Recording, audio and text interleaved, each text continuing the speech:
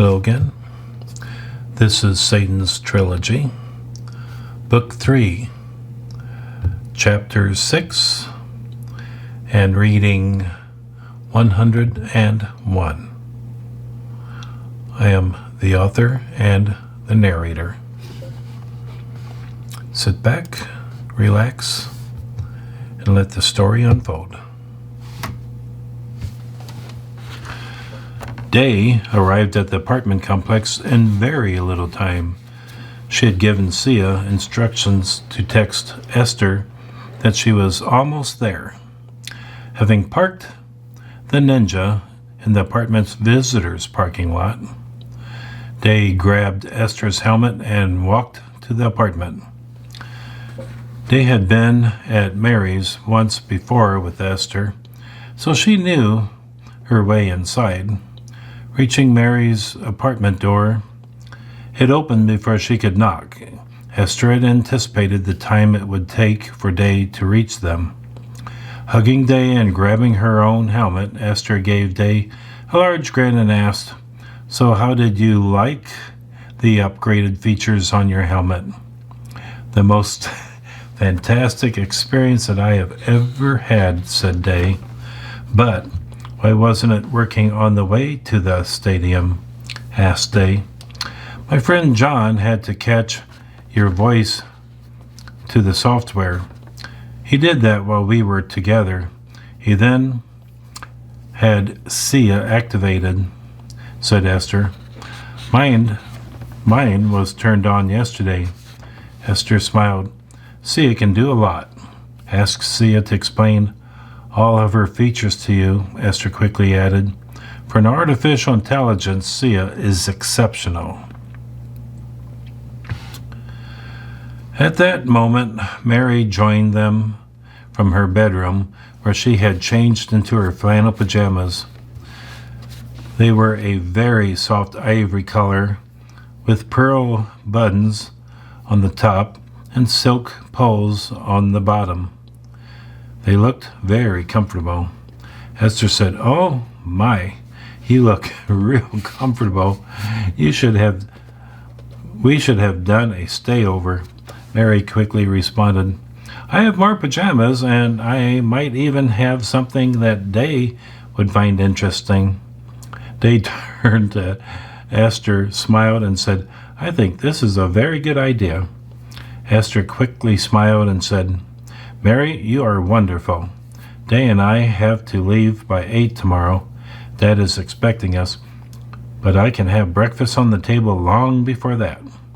Mary smiled. "Esther, I have heard that you are a great cook, and I can hardly wait." At that moment, Tom jumped up on the edge of the sofa and purred towards Mary. "Oh, this is my cat. I have never seen him come out before while company was here. I guess he likes both of you." Mary picked up Tom and walked to her bedroom. In a tall dresser, she opened a drawer and pulled out some pink pajama similar to her own and said, "These are for you, Esther." Mary then opened the drawer immediately below and pulled out some black silk panties and a black silk nightie with shoulder straps. They quickly removed her clothes and put on the black silk items on. They really fit nicely. They studied Mary for a second and then said, "You're in such great shape. I just went through 4 months of running to reach this size." Mary smiled. "I have never had problems with my weight, and I try to keep myself toned. Might be part of my military training that resulted in my being like this." Day quickly asked, "What branch were you in?" Esther decided to change her clothes too, so that Day would not feel any embarrassment at having quickly disrobed.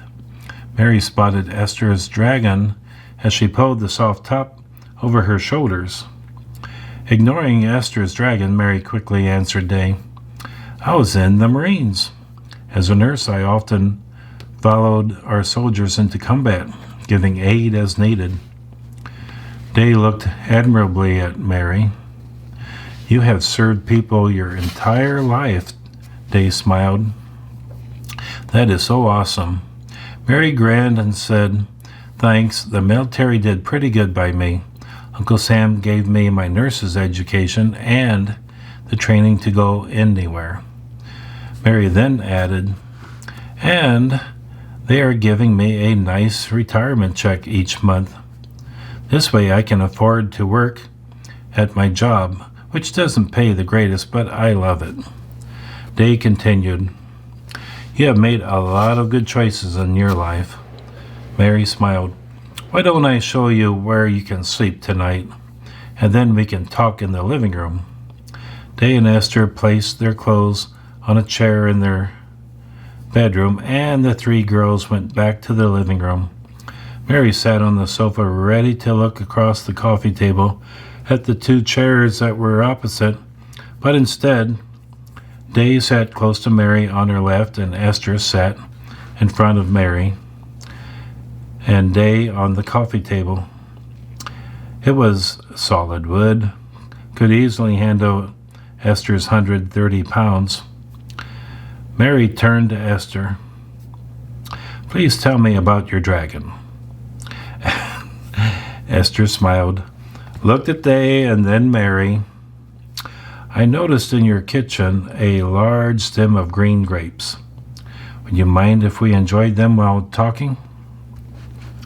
Mary, without saying a word, jumped up, ran to the kitchen, grabbed the bowl of grapes, then settled back into her original position with grapes in her lap. Mary smiled. I love grapes. Please continue. Esther grabbed a section of the grapes and broke them away from the main stem, then pulled a grape off and placed it in her mouth. My father for many years was part of an elite special forces squad that accepted dangerous assignments. He met my mother in China. She was from Norway, far from home, and had accepted a calling to spread the word of her religion in China. Esther ate another grape. Do you know something as simple as wonderful as this grape has never been seen by 90% of the world's population? Esther grinned and continued. My father secretly married my mother, and she became pregnant. In the 9th month, in front of my father, a sniper killed my mother by placing a bullet in her head. My father acted quickly and cut me from my mother's womb. Esther gave a faint smile. He had to decide how to deal with a baby daughter. His comrades were all true friends, and they kept a secret, and so for nearly a year my father kept me a secret from his superiors. And within that time, he reached his retirement age from the military and decided to go into the soldier of fortune business. Esther then smiled. My father's entire squad left the military and joined him. Esther smiled again. Dad always kept me with him whenever possible. And when he considered the risk too high, I was left with one of several monks within China. He had earned their indebtedness and respect. Esther seemed to be lost for a brief second in a memory and then continued. The monks all raised me as a daughter and student. They studied different forms of kung fu. Each style offered self-defense skills when mastered. Esther reached for another grape. Mary and Day didn't say a word. They were totally wrapped up in Esther's story. Surprisingly, they had never heard Esther's complete story. Neither Mary nor Day wanted to break the train of thought that Esther had, so they remained silent and anxious to hear the rest. Turns out, as a young child, I was exceptional at learning. I mean, anything, from math to cooking and even fighting skills. I seldom needed more than 4 hours of sleep a night, and so when I awoke, I practiced whatever had been given me. Esther smiled. I learned everything given me, and I excelled in languages. I was only 6 years old when my father took me with him on a reconnaissance mission into southern China. Esther frowned, paused, and continued. My father asked someone to keep me in the truck as we approached a village. Bandits had ravaged the small village and taken some of their women.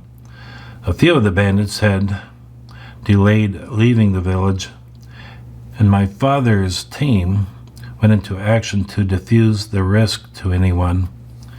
At some point, I was left alone in the truck. Having paused, Esther continued.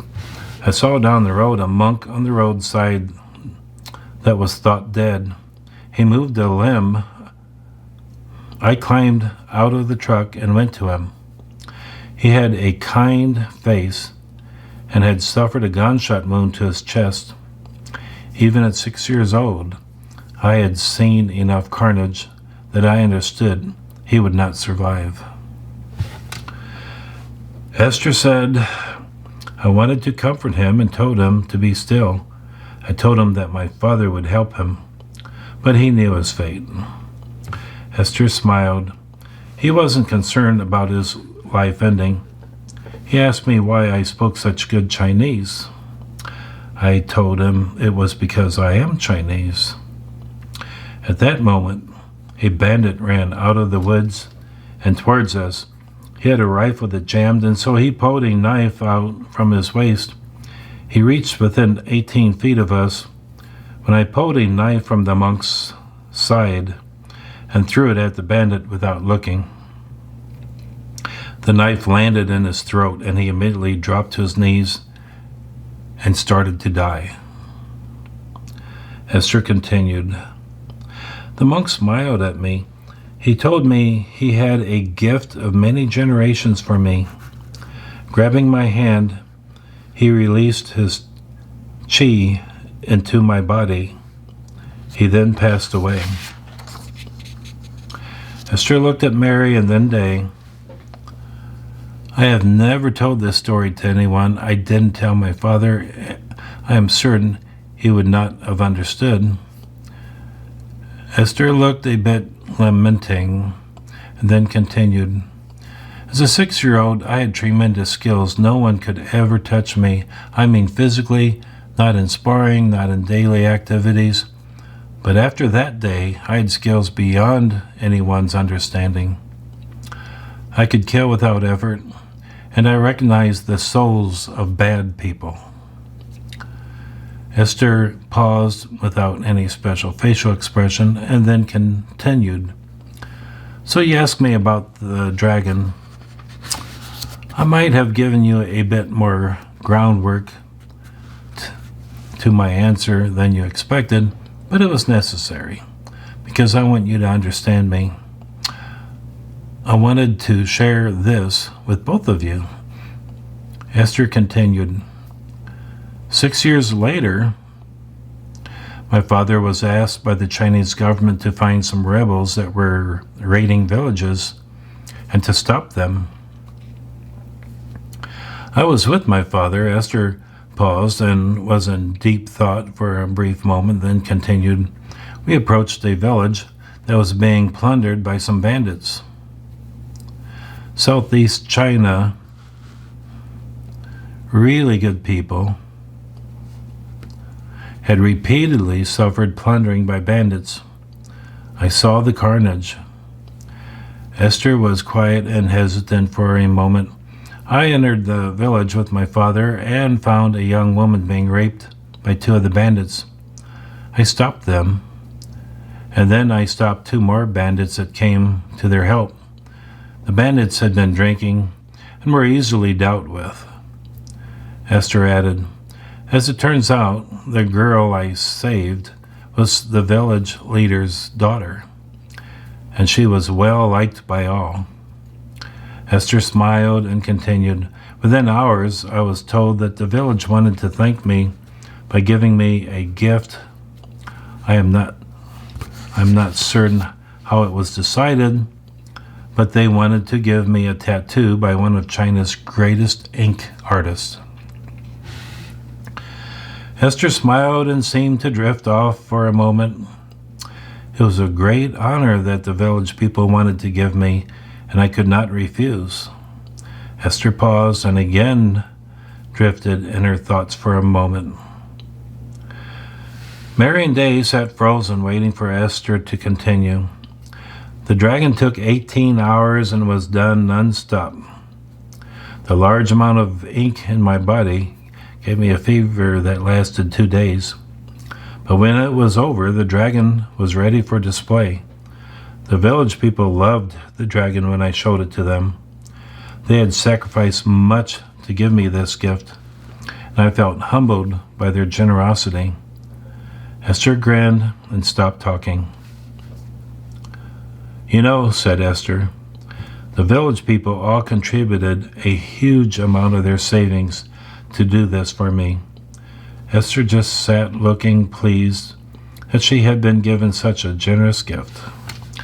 Mary and Day sat silently and pondered Esther's sharing such a wonderful event, which held so much personal history. "Esther," said Mary, "if you never told your father how you achieved your skills, why did you share this with us?" Esther smiled. "I have always been able to see people as they truly are and what they are capable of understanding. You and Day will believe me. I know this." Mary leaned back and smiled. "That is a great gift. I wish that I had it." Esther smiled. "Silly girl, you do." Mary looked at Esther and smiled. She didn't say a word. "Several years ago," said Mary, "I was serving my country in Afghanistan. A roadside bomb was exploded and I suffered a lot of damage to my body. My uterus had to be removed." Mary paused and then added, "I was close to retirement at the time and was ready to leave the military." Mary paused. She found it hard to continue, and yet finally she did. "At that time, I realized I would never have babies and probably not a family. But things changed, and I met a wonderful man that wanted to marry me. He knew my medical history and wanted to marry me anyway." Mary smiled after giving herself some time to reflect and then said, "We came up with a plan. I would have my eggs removed from my ovaries and impregnate them with his sperm, and then we would have a surrogate mother carry our baby for us." He had his sperm frozen, and we made plans for my eggs to be harvested. Mary lost her smile and her face went pale. He had just left the military and had a job at a local hospital. We had just moved in together. Mary paused again and then softly continued. On the way home from work, a drunk driver crossed over the center line and hit him head on. He died instantly. It was our 1-month anniversary of living together. Mary was silent for a few moments. I've never been able to put him behind me. We had 4 weeks of love that seemed perfect. Day and Esther didn't say a word. They remained silent. After all, what could they say? Finally, Day broke the silence. "My father and mother came to this country 24 years ago. I was born 6 years later. That makes me a citizen of the United States, and yet, because I look different, many people think that I am a foreigner." They managed to make us smile. "My father has raised me on his own. My mother died shortly after giving birth to me. They swallowed her mucus and said she was jumped by several young men one night, raped, then killed. The 3 men went to prison. They will be eligible for parole in a few years. They changed her demeanor and asked, my mother is dead, and these men will possibly be allowed back on the street in a few years. What kind of justice is that? Now Esther and Mary could not speak. Esther wanted to, but she knew that they had heard it all before. There was no point in discussing the judicial system. The girls switched discussions to their favorite movie, their favorite actors, and a dozen other best subjects. It was really fun. They couldn't believe that Esther could not come up with a best movie. Esther had never taken the time to watch one. Esther explained, I can't allow myself to watch fantasy when reality is so much more important. They simply smiled and didn't push the issue.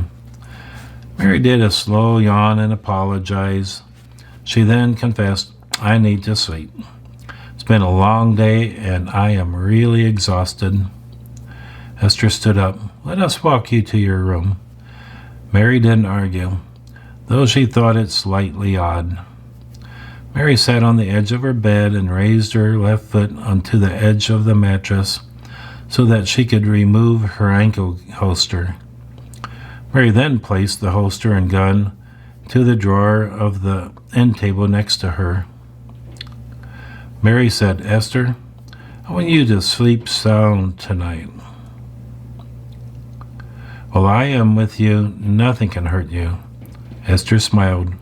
She detected doubt in Mary's face. So Esther repeated, nothing. That seemed rather final with Mary, and she appeared convinced. Smiling, Mary said, well then, I'll sleep sound tonight. Mary leaned her head back against her pillow and was quickly asleep. Day, in a soft voice, said to Esther, I've never seen anyone fall asleep that quickly. Esther looked at Day and smiled. Mary needs some real rest. Let's go to our room, said Esther. And that was reading 101. Hope you enjoyed it. Thank you for listening, and until next time, be safe and take care.